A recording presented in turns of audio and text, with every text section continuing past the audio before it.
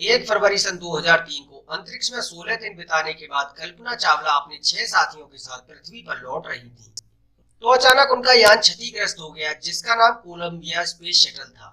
इस दुर्घटना में सभी एस्ट्रोनॉट्स की मौत हो गई। यह दुर्घटना अंतरिक्ष हादसों की सबसे बड़ी त्रासदियों में से एक है। इस दुर्घटना के बाद नासा ने स्पेस शटल फ्लाइट्स को अगले 2 सालों से ज्यादा समय के लिए निलंबित कर दिया। इस दुर्घटना में 7 एस्ट्रोनॉट मारे गए, जिनमें से एक 40 वर्ष की Indian born American Kalpana Chawla भी थी। कल्पना चावला का जन्म 17 मार्च सन 1962 को हरियाणा के करनाल शहर में हुआ। इनके पेरेंट्स बनारसी लाल चावला और संजोती चावला थे। कल्पना चावला परिवार में सबसे छोटी थी। कल्पना चावला को शुरुआत से ही स्पेस साइंस में बहुत दिलचस्पी थी, परंतु इनके टीचर और पेरेंट्स नहीं चाहते थे कि वह स्पेस साइंस में अपना करियर बनाए।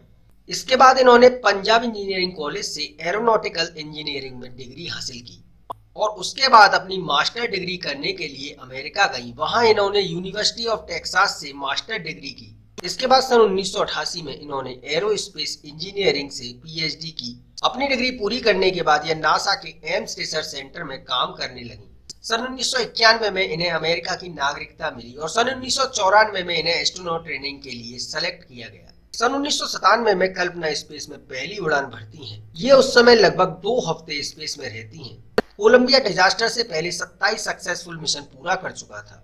16 जनवरी सन 2003 को कोलंबिया शटल आखिरी बार पृथ्वी से रवाना हुआ। इसमें 7 एस्ट्रोनॉट थे, जिनके कमांडर रिक हसबैंड थे।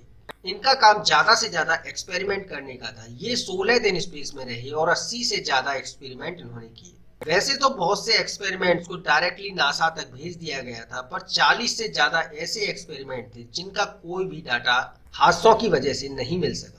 और सबसे बड़ी बात यह है कि यह हादसा हुआ कैसे। इस हादसे में किसी भी एस्ट्रोनॉट की कोई गलती नहीं थी और कुछ समय पहले तक 7 एस्ट्रोनॉट्स में से किसी को नहीं पता था कि ऐसा कुछ होने वाला है। इसके बाद एस्ट्रोनॉट्स को पता चला कि कोलंबिया में सब कुछ ठीक नहीं है। उन्होंने पाया कि स्पेस शटल के लेफ्ट साइड के 4 पहियों पर प्रेशर लॉस हुआ है। ये समस्या नासा से कनेक्शन कटने के 1 मिनट पहले आई। इसके बारे में किसी भी एस्ट्रोनॉट को कुछ नहीं पता था, पर नासा में इसके बारे में जानकारी थी। जब कोलंबिया पृथ्वी से लॉन्च हुआ तो लॉन्च होने के 81 सेकंड बाद फोम का छोटा टुकड़ा शटल से अलग होकर लेफ्ट विंग से टकरा गया। ये टुकड़ा कोलंबिया पर 700 से 900 किलोमीटर प्रति घंटे की स्पीड से टकराया। इसके बाद नासा ने इसकी रिसर्च करनी चाहिए कि इसमें कितनी बड़ी समस्या है, पर प्रोग्राम मैनेजर रॉन डी किटेमोरी ने इसके लिए मना कर दिया और हादसे के बाद सन 2003 में इन्होंने अपनी पोस्ट से रिजाइन कर दिया।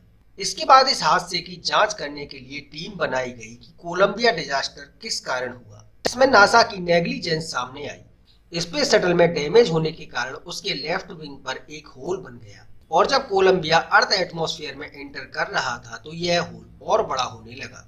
इसके बाद कोलंबिया का एक हिस्सा गैसेस से एक्सपोज होने लगा और धीमे धीमे आग लगने लगी और देखते ही यह स्पेसक्राफ्ट टुकड़ों में टूटने लगा। नासा ने कल्पना चावला और बाकी उनके साथियों को कई ट्रिब्यूट्स दिए हैं।